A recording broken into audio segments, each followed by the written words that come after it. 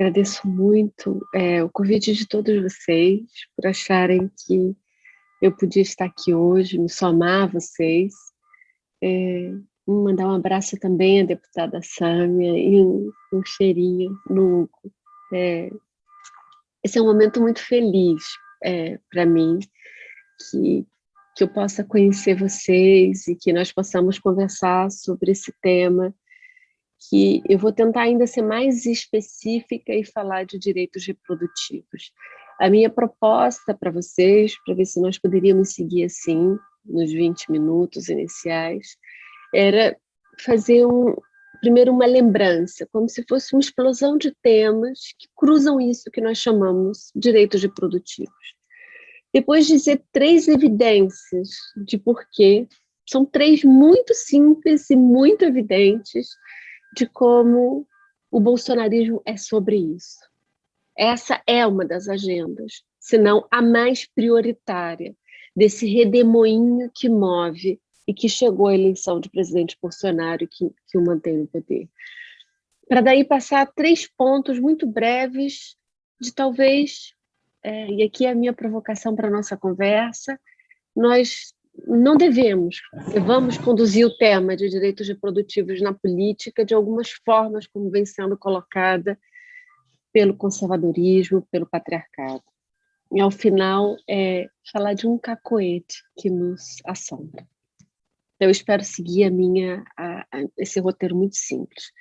Direitos reprodutivos diz respeito à nossa discussão nesse instante sobre acesso a absorventes, as meninas, as mulheres, as pessoas que menstruam. Não me estranhem falando pessoas que menstruam, colocando um ela aqui. É uma tentativa de nos provocar a imaginação sobre os corpos que são afetados pelas políticas e sobre a perversão do que isso que chamamos patriarcado, disso que nós chamamos misoginia e as suas variações. Nós podemos escolher juntos que categoria nós vamos usar. É o machismo? Eu não estou falando dos homens. Ao lado de Bolsonaro está Damares. Damares ontem veio a público depois de semanas em silêncio. E não é uma figura acessória ao bolsonarismo. Ela vem para dizer, vocês querem vacina ou vocês querem absorvente? Essa é a retórica de confusão que continuamente nos fazem quando direitos reprodutivos vêm, como saúde reprodutiva vem à cena.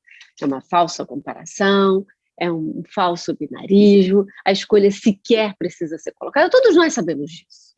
Mas ele toca em um afeto da política, que é aquilo que diz respeito só a alguns e aquilo que diz respeito a todos.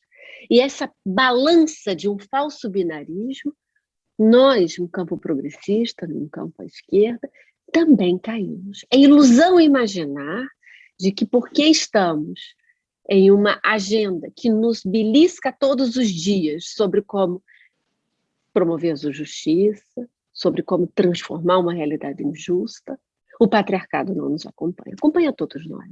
Então eu pediria muito que isso não seja entendido como uma conversa aos homens, é uma conversa a todas nós. Então, é sobre menstruação, é sobre acesso a absorventes para uma menina em escola, é sobre higiene corporal, é sobre isso que nós chamamos de integridade corporal. É sobre o aborto da menininha de 10 anos do Espírito Santo, que certamente todos vocês lembram da história, durante a pandemia. A gravidez da menininha de 10 anos era o tempo do fechamento das escolas na cidadezinha dela no Espírito Santo. É o tempo em que o mundo comum não olhava mais aquele corpo. É o tempo da gestação que virou uma controvérsia pública sobre se a menininha abortaria, não abortaria, os médicos declaram objeção de consciência, o serviço de saúde diz que não tem como cuidar. Ela faz a primeira viagem de avião. Ela entra no porta-malas de um carro em um serviço público de saúde em Recife. A mim, quando eu imagino que viveu esse corpo, que agora é desaparecido, anonimizado, vive sob proteção, ninguém mais se interessa por ele, uma menina negra, ao entrar em um porta-malas de um carro, em um serviço de saúde, para um bem essencial, isso me parece os estados totalitários que perseguem os corpos, que precisam fugir das suas fronteiras policiais.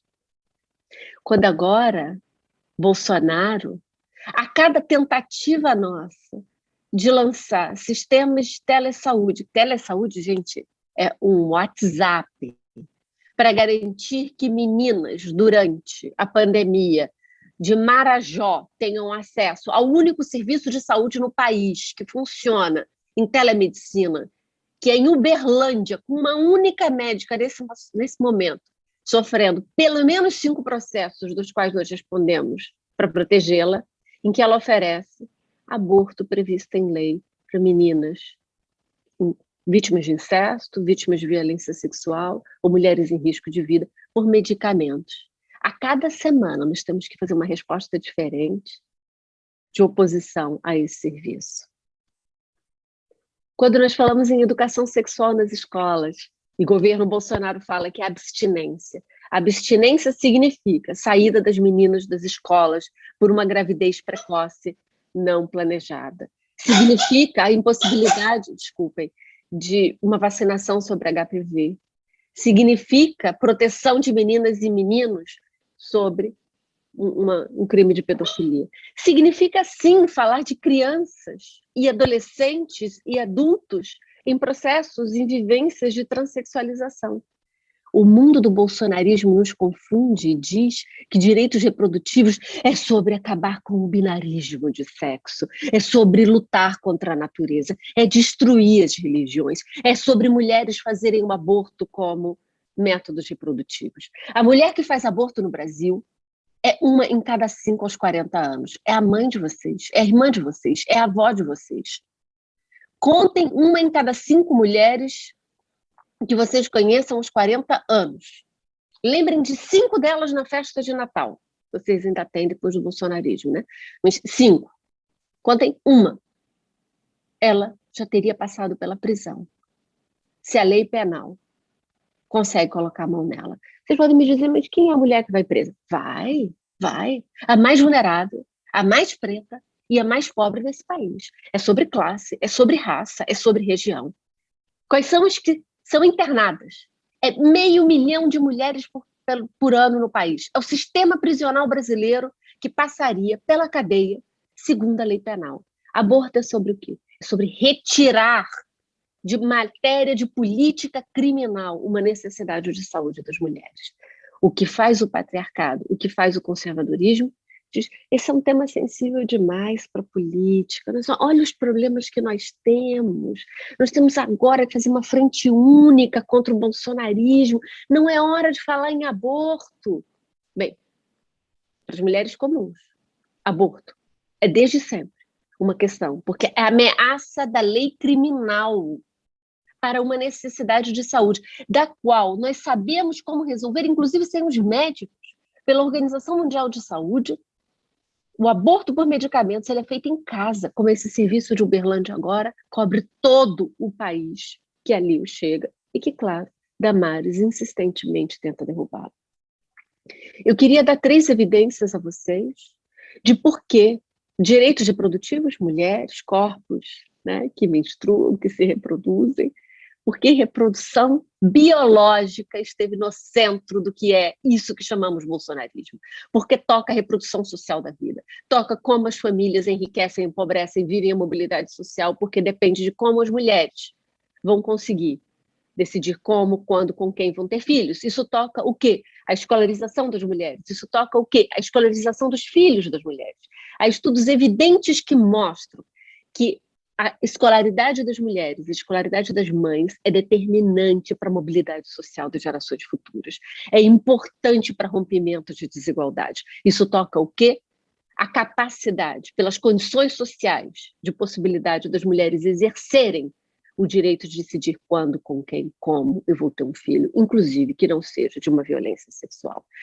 As 2 pandemias das quais o Brasil foi, uma epidemia, né, de uma emergência global de caráter epidêmico, que foi Zika, e uma pandemia como a Covid nos mostra que nós somos o epicentro, em 5 anos, de 2 emergências sanitárias com impacto único nas mulheres. Vocês vão dizer, mas como se em Covid morrem mais homens? O Brasil é o epicentro da morte materna devido à Covid no mundo. No Brasil se morrem 2 vezes mais mulheres do que todo o agregado mundial de por onde passou a pandemia. Quem são essas mulheres? De novo, pretas, pardas, pobres, nortes, nortistas. Elas morrem no momento da vida em que elas se expandem para o futuro, que é a gravidez. Nós somos o epicentro. Nós fomos o epicentro de Zika. Nós não falamos mais de Zika. Zika não deixou de circular no Brasil. Os boletins epidemiológicos sequer são olhados. Nós tivemos alguns milhares de casos de recém-nascidos identificados com a síndrome congênita do Zika no ano passado, mas sequer mencionamos isso. Então, está no centro.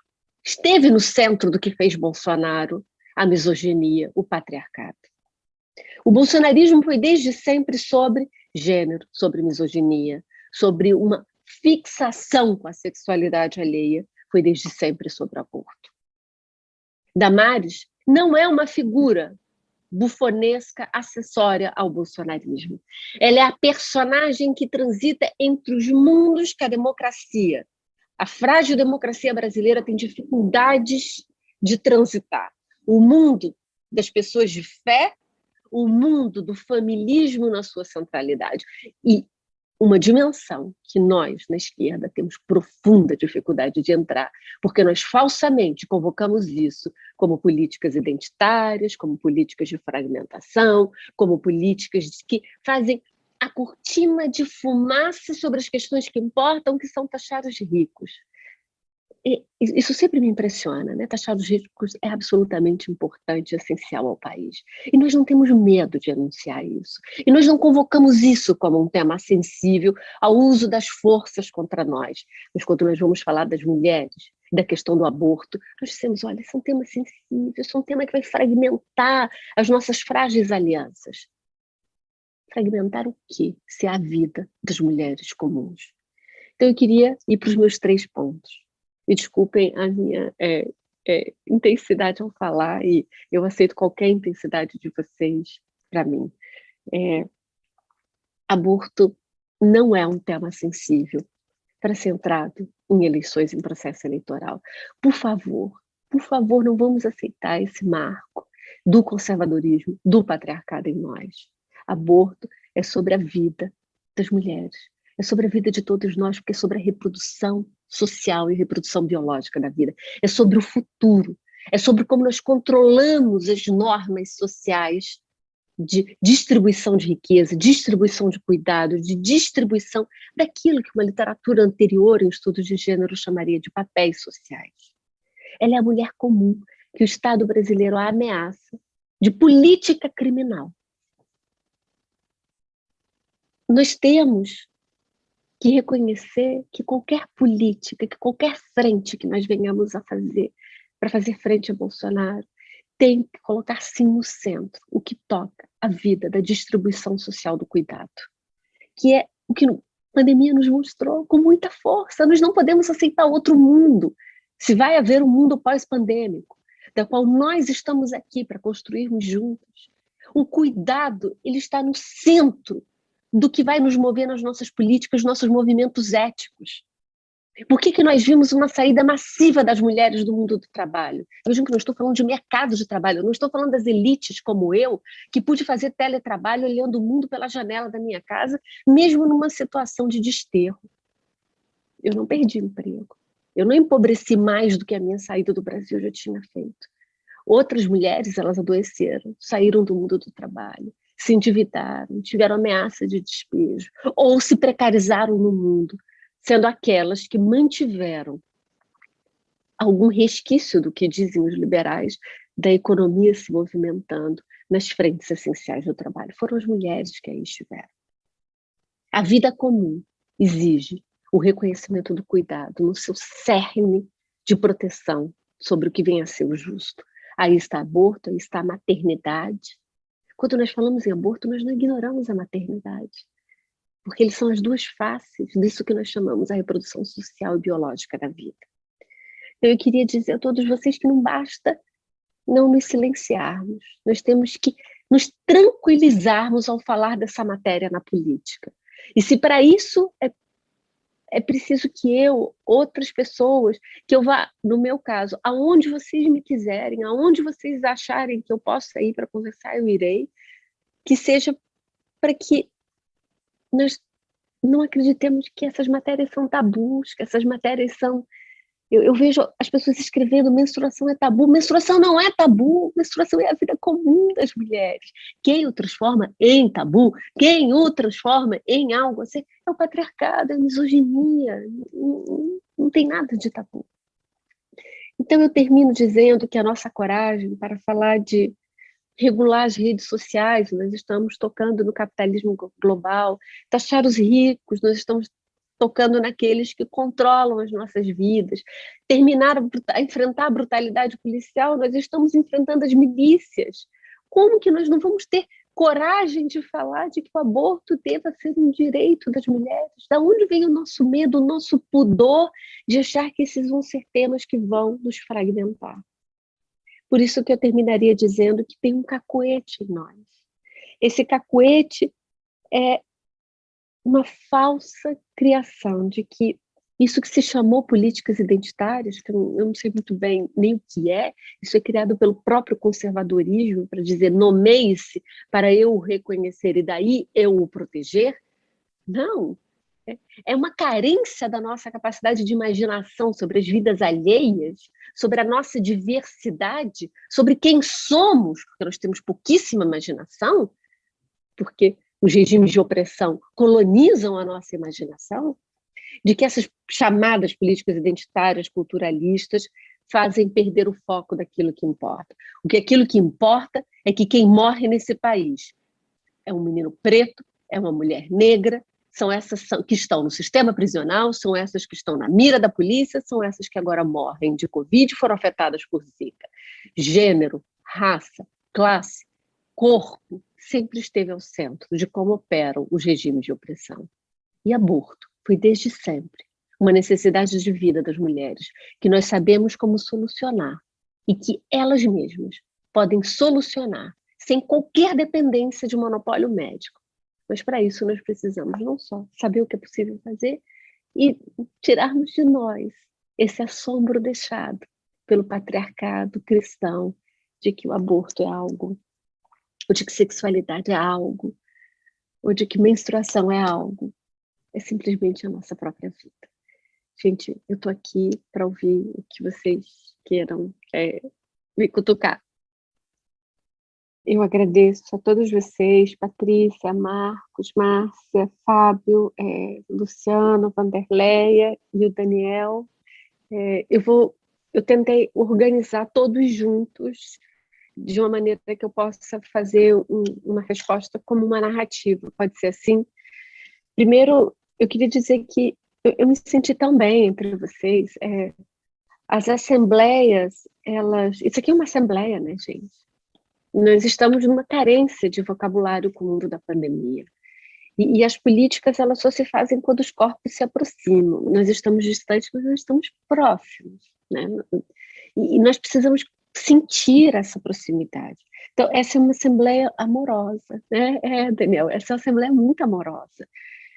E essa amorosidade, ela faz com que nós tenhamos vínculos rápidos de pertencimento e de confiança para a construção daquilo que me parece que é a forma possível de enfrentamento dessa política instalada que é a palavra valente. Nós não temos outra força, além da nossa coletividade, com essa palavra que desafia, que fala a verdade ao poder no seu desafiado. Então, eu queria começar com essa pergunta de quem fala, que foi uma das perguntas que eu vi aqui, que serve para cada uma de nós, a depender dos deslocamentos existenciais que façamos. Eu posso, junto com o Fábio, com o Luciano, me perguntar, mas o que eu posso fazer sobre as mulheres mortas? Eu sou uma mulher hoje de 50 anos, mulheres mortas, que estão em idade reprodutiva.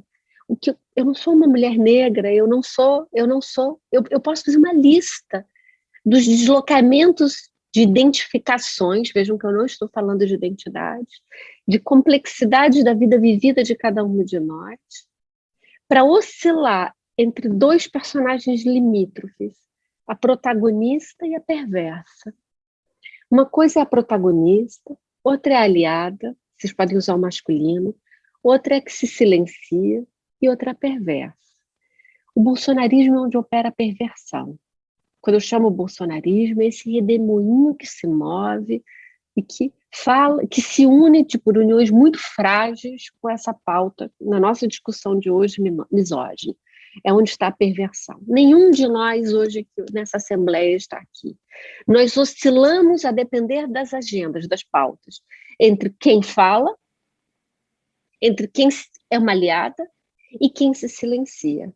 O que nós temos que todos nos mover é para aqueles que protagonizam e são aliados. Esses são os dois lugares possíveis para nós. Sabe por quê, gente?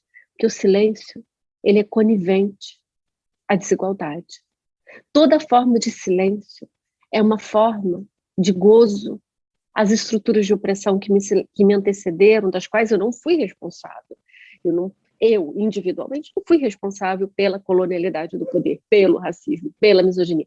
Só que eu, com esse corpo que habito, eu gozo, eu tenho privilégios, eu sou quem sou porque tive os testamentos imerecidos, injustos, das ramificações de opressão que me antecederam.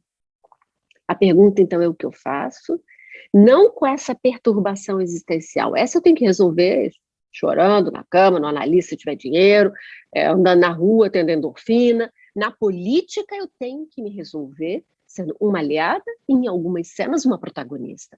No momento em que estou frente apenas a mulheres que se parecem a mim, sou eu que tenho que lembrar, sou eu que tenho que provocar, sou eu que tenho que expandir as pautas, assim cabem aos homens. E há outros momentos que o que me cabe é aprender, é coexistir, é ser um corpo em uma assembleia.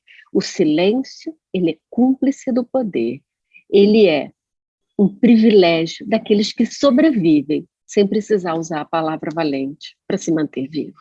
Então, ele não pode ser uma possibilidade para nenhum de nós aqui.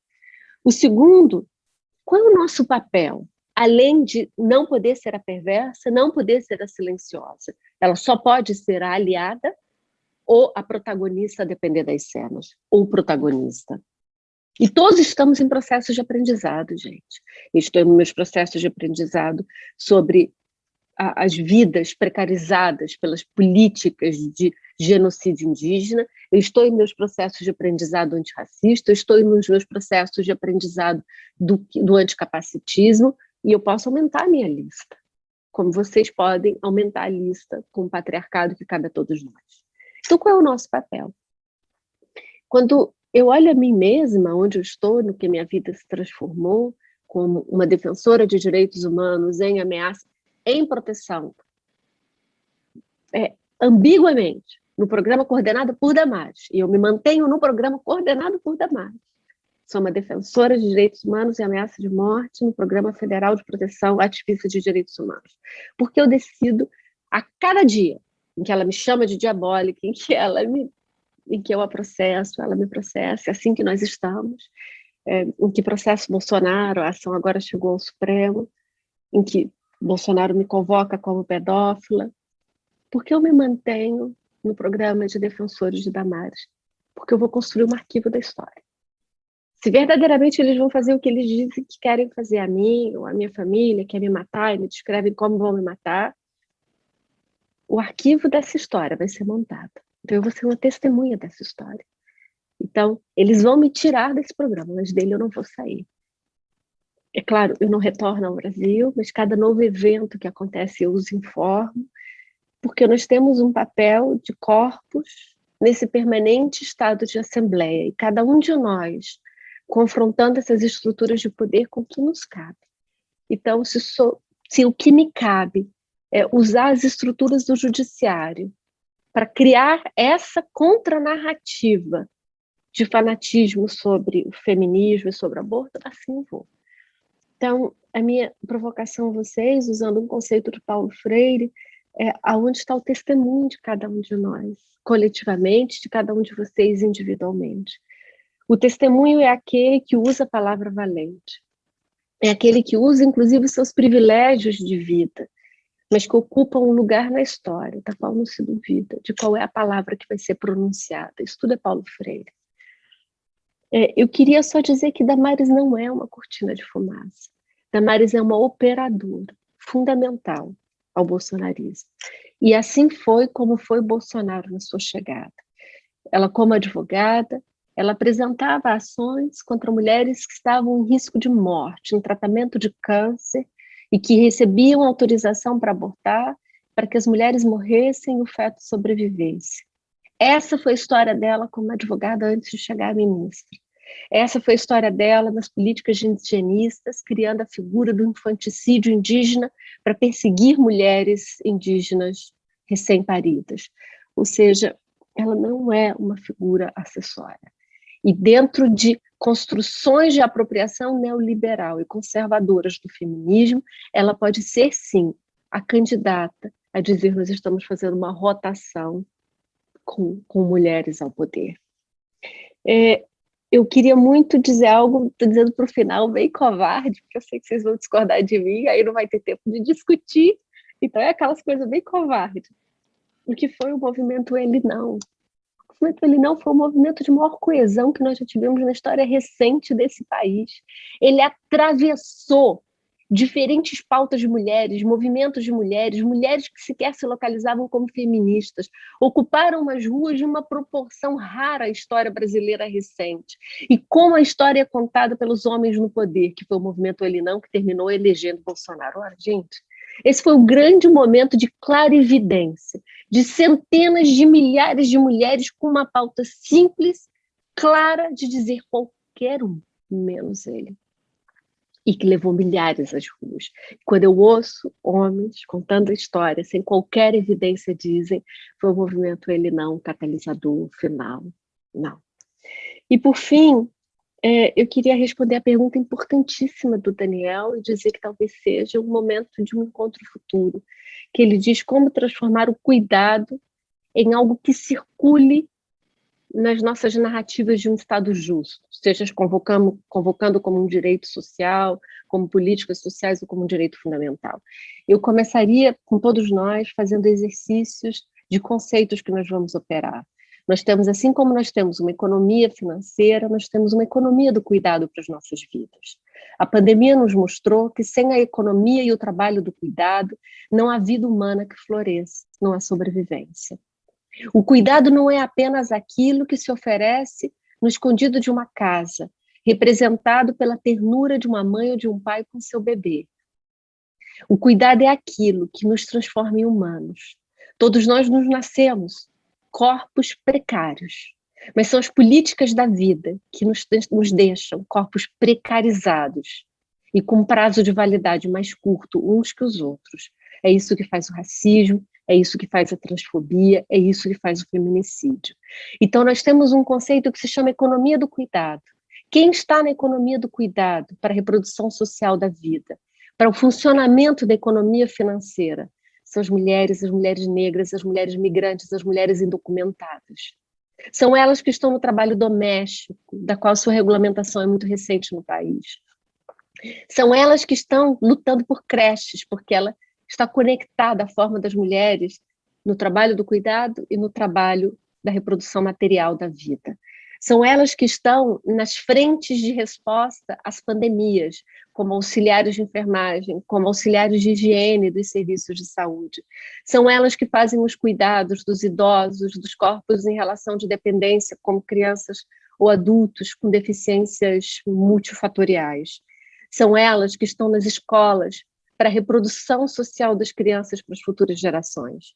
Se nós, em um campo progressista, socialista e de esquerda, não conseguirmos nos apropriar de que temos a economia como economia também do cuidado, e o trabalho do cuidado, esses temas começam a se perder no campo da moral e a sua colonização passa a ser a da moral essencialmente religiosa, com falsas perguntas a nós sobre aborto, que é quando começa a vida. Essa pergunta ela é uma pergunta de âmbito metafísico e religioso. Para nós importa por que prender uma mulher se em algum momento da vida ela teve uma necessidade de saúde insatisfeita.